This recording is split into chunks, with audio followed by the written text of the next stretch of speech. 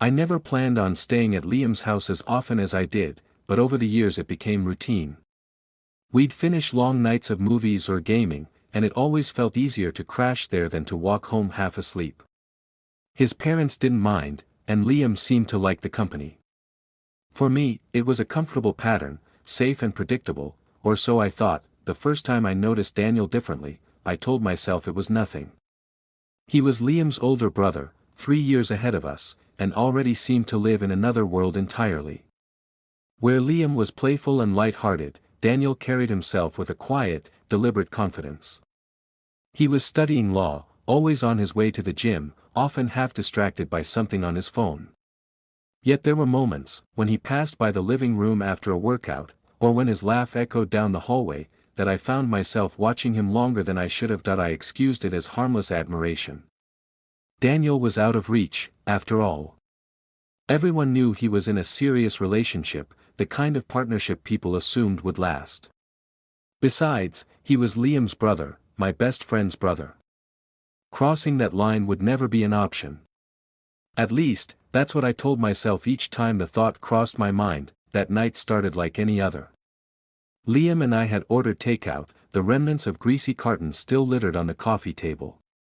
We laughed until our sides hurt at a terrible action movie, then the fatigue set in.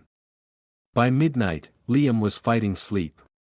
He gave up first, muttering something about me raiding the fridge if I got hungry, before stumbling toward his bedroom upstairs. I assumed I'd follow soon after, but Daniel walked in just then, hair still damp from a shower, a plain white t-shirt clinging to him. He didn't seem surprised to see me still awake. Instead, he tilted his head slightly, offering that practiced half-smile that always seemed to carry more weight than it should. "Still up?" he asked, moving toward the kitchen. "Couldn't sleep yet," I said, my voice steadier than I felt. "Figured I'd grab some water first." Daniel poured himself a drink, then leaned against the counter, studying me with the kind of attention that made the room feel smaller. It wasn't an intrusive stare, but it lingered, curious, measured, almost as if he was waiting for me to reveal something. "You're here a lot," he remarked, not unkindly. "Liam must keep you busy." I laughed lightly, brushing off the tension. "Yeah, he hates being alone for too long. I think I'm more like background noise than company at this point." Daniel's lips curved into a smirk. "He's lucky, then. Most people don't have friends who stick around like that." Something in his tone caught me off guard, gentler than I expected. My chest tightened, but I kept my response casual. "It's no big deal. He's been my best friend for years." For a few moments, silence stretched between us, broken only by the faint hum of the refrigerator. Daniel shifted closer, close enough that I caught the faint scent of his cologne. I told myself it didn't matter, that it was just proximity, nothing more. Yet every nerve in my body registered his nearness. That he reached past me to grab another glass from the cupboard, and his arm brushed mine. The contact was light, almost incidental, but deliberate enough to leave me unsettled. My instinct was to step back, to laugh it off, but instead I froze, caught between discomfort and something I didn't want to name. "Want one?" he asked, holding up the second glass as though nothing unusual had happened. That I nodded, unable to find words, my throat suddenly dry. He poured water for both of us, then handed me a glass, his fingers brushing mine longer than necessary. That slight pause, intentional, unmistakable, ignited something I couldn't easily push away. The moment passed as quickly as it came. Daniel straightened, sipping his drink casually, while I gripped mine a little too tightly, trying to steady my breathing. He didn't say anything more, but the silence between us was charged, the kind that left a mark even after nothing had technically happened. That I excused myself soon after, retreating to the guest room, though sleep didn't come easily.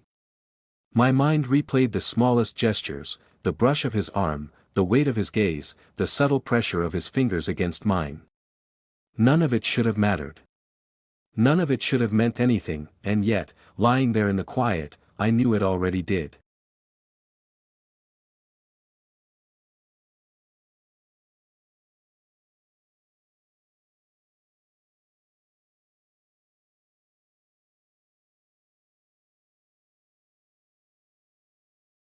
Adrian texted me 3 days after that dinner. I can't stop thinking about you. I stared at the message for a long time, the words pulsing against the screen like a heartbeat I didn't want to hear.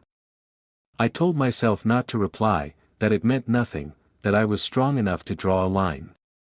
But temptation has a quiet, persuasive voice, it sounds almost like reason. And so I wrote back. Neither can I.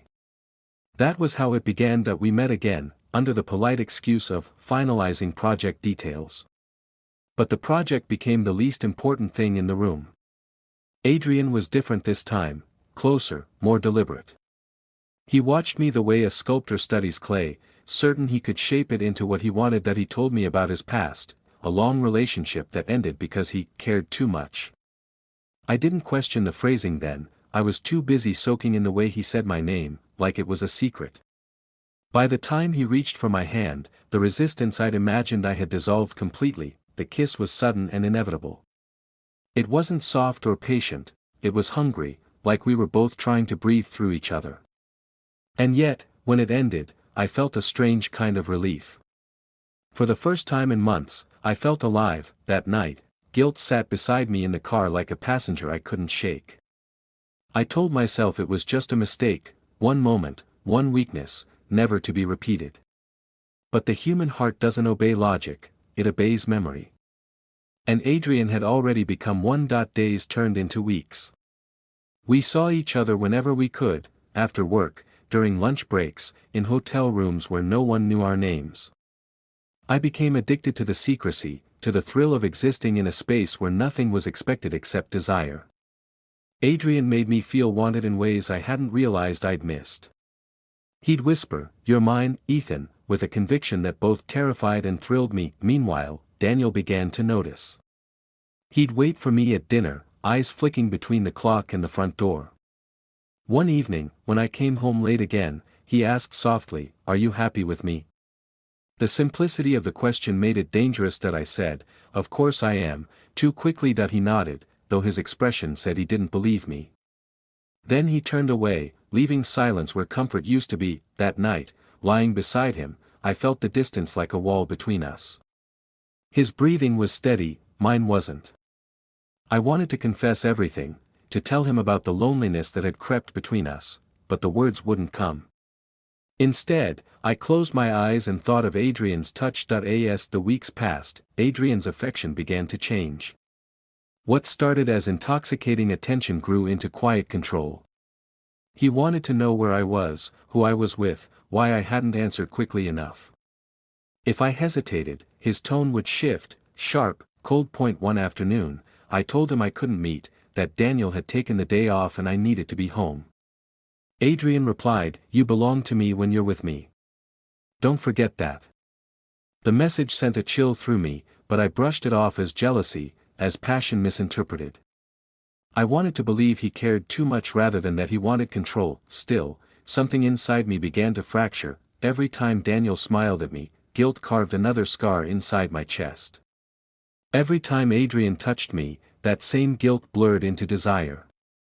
I was split in two, unable to fully live in either world. Then came the night that changed everything. That we met at his flat, rain streaking down the windowpanes. I told him I couldn't keep doing this, that Daniel deserved the truth, that I needed to end it. He looked at me with a kind of cold amusement. "End what?" he said softly. "This," I replied. "Us." He stepped closer. "You say that like you have a choice." I remember the stillness in the room, the air thick with tension, the sound of my pulse pounding in my ears. He wasn't violent. He didn't shout. But something in his gaze made me feel smaller, as though he'd taken ownership of a part of me I hadn't realized I'd surrendered. When he finally kissed me, it wasn't passion, it was command. I wanted to push him away, but instead, I froze. I told myself I was choosing this, that it was still my decision. But deep down, I knew the truth, the choice was already gone. Later, as I sat in the dark hallway outside his apartment, soaked from the rain, the words formed in my mind before I could stop them. At first, I agreed to it myself, but later, he made me beg. After that night, everything began to unravel. I went through the motions of my days, answering calls, drawing lines on blueprints, pretending to live, but my mind was a fractured mirror. Every reflection showed a different version of myself, the loyal partner, the guilty lover, the coward. None of them felt real anymore, Daniel noticed before I even spoke. He had that quiet intuition of someone who truly pays attention. One evening, as we sat at the dinner table, the hum of the refrigerator was the only sound between us. Then, softly, he said, "Who is he, Ethan?" I looked up, and his eyes were calm. Not angry, not broken, just knowing. It would have been easier if he'd shouted, if he'd slammed a door or thrown a glass. But his composure was worse. It forced me to face the truth I'd been trying to bury that I didn't answer right away. I wanted to lie, but I couldn't find the words. The silence between us became my confession. When I finally spoke, my voice barely reached him. "His name is Adrian." Daniel closed his eyes for a moment, as though steadying himself against an invisible wind. Then he said, "You could have told me before you disappeared from us." I reached for his hand, but he moved it away gently. "Why, Ethan?" he asked. Was I not enough? I wanted to say that it wasn't about him, that it was about me, about feeling unseen, about needing something I couldn't even name. But explanations felt meaningless now. Love doesn't vanish in an instant, yet sometimes it's severed beyond repair by a single truth. That he stood up, walked to the door, and paused there for a moment. "You'll have to live with what you've done," he said quietly.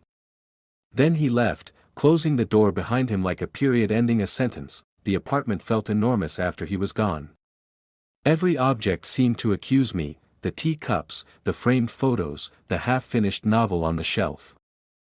I sat in the dark for hours, listening to the echoes of everything I destroyed. The next day, I went to see Adrian. I needed closure, or at least clarity. His flat was immaculate, almost sterile. He greeted me with that same cool smile that used to disarm me. "I told Daniel," I said. "It's over." Adrian leaned against the counter, swirling a glass of wine. "Over," he repeated, amused. "You make it sound like you ever had control." "I'm not coming back," I said, though my voice trembled. That he stepped closer. "You think you can just walk away?" His tone wasn't raised, but the quiet sharpness of it made my stomach tighten. "You begged for this, Ethan. Every time. Don't pretend you're innocent now." His words hit harder than I expected. He wasn't wrong, not completely.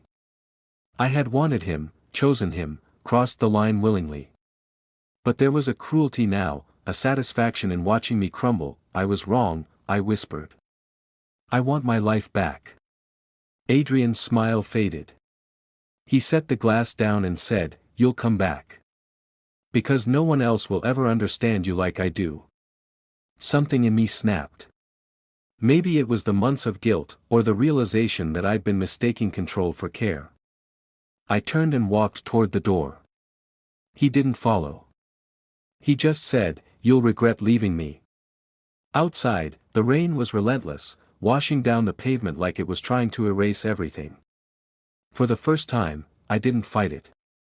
I let it fall. Days passed. Then weeks. The silence became a kind of punishment, but also a strange kind of peace. I started therapy. I stopped checking my phone for messages that never came. Daniel never called, and I didn't blame him. Some wounds don't want to be reopened. One evening, I walked past a cafe we had once visited, Adrian and I. The lights glowed warmly inside, but I didn't go in. I stood there for a moment, then kept walking. Home, I sat by the window with a notebook and began to write, not to confess, not to seek forgiveness, but to understand. I wrote about how easily desire can disguise itself as love, how silence can destroy more than words ever could, and how losing someone can sometimes be the only way to find yourself. When I finished, I looked at my reflection in the glass. The man staring back wasn't the same one who had agreed to that first dinner. He was smaller, quieter, but somehow truer. I whispered to him, "I begged to be wanted. Now I'm learning to want myself." And for the first time in months, the silence didn't feel empty, it felt earned. It's strange how silence can become a companion. In the weeks after leaving Adrian, and after Daniel's absence turned permanent, silence was all I had. At first, it haunted me. Every sound in the flat reminded me of what used to fill it: Daniel humming in the kitchen, the click of his pen as he worked late, the steady rhythm of another heartbeat in the same bed. Now, there was only the whisper of the clock and my own thoughts, circling like vultures that I thought the loneliness would kill me. Instead, it revealed me. Mornings became a ritual of rebuilding. I'd wake up before dawn, make coffee for one, and sit by the window watching the city stir to life. I'd think about all the times I mistook comfort for boredom, routine for decay. Daniel hadn't failed to love me, I had failed to recognize the quiet devotion in his steadiness. Adrian's passion had only exposed the emptiness I'd created inside myself long before he arrived. I started therapy, though at first I treated it like a punishment rather than a refuge. My therapist, a patient woman named Clara, asked me a simple question in our second session: do you think you were looking for love, or looking for yourself? The words unsettled me. I'd told myself I was chasing excitement, something Daniel couldn't give. But maybe what I'd really wanted was proof that I still mattered, that I could still be chosen. Adrian's attention had felt like sunlight, but it came with a burn I refused to notice until it scarred me. Every day, I wrote letters I'd never send, to Daniel, to Adrian, to myself. In them, I confessed what I hadn't been brave enough to say aloud. I wrote about the first dinner, the kiss, the fear, the begging. I wrote about how easy it was to confuse desire with validation. Each word pulled a thread from the web of guilt I'd been trapped in. One evening, weeks later, I saw Daniel again. It was unplanned. I was leaving a grocery store when I noticed him across the street, carrying a paper bag, his scarf wrapped tightly against the cold. He looked older, not from age, but from knowing too much. I froze. My first instinct was to cross over, to apologize again, to tell him I'd changed. But change means nothing when spoken, it has to be lived. So I just stood there, watching him fade into the crowd until he was gone. That night, I didn't cry. I simply accepted that some goodbyes aren't cruel, they're necessary. Months passed. Life began to regain texture. The ache didn't disappear, but it softened, like a scar that no longer throbs but still remembers pain. I began taking smaller projects, focusing on designs that brought light into forgotten spaces, old cafes, abandoned offices. Somehow, creating warmth in empty places felt like an apology to myself. Then, one rainy afternoon, Adrian called. I almost didn't answer. Curiosity betrayed me. His voice was calm, almost nostalgic. I heard you're doing well, he said. I am, I replied. A pause. Do you ever think about me? I considered lying, but honesty had become my only refuge. Sometimes, I said. But not the way you'd want me to. He laughed softly. You make it sound like I was the villain. You weren't, I said. You were just the lesson. The silence on the line was heavy but freeing. I ended the call without another word. That simple act felt like reclaiming a piece of myself I hadn't known was still missing. That evening, as the rain pattered against the window, I reopened my notebook. I wrote only one line. Forgiveness is not about them, it's about the person who must live with what they've done. When I put the pen down, I realized I was breathing differently, steadier, fuller. The next morning, sunlight slipped through the curtains. I brewed coffee, added 2 sugars, no milk, just how Daniel used to make it for me. For a long time, I'd avoided that ritual because it carried too much memory.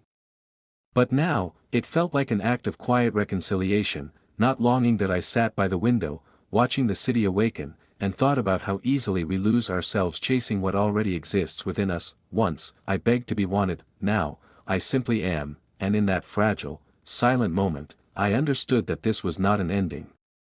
It was the beginning I should have chosen from the start.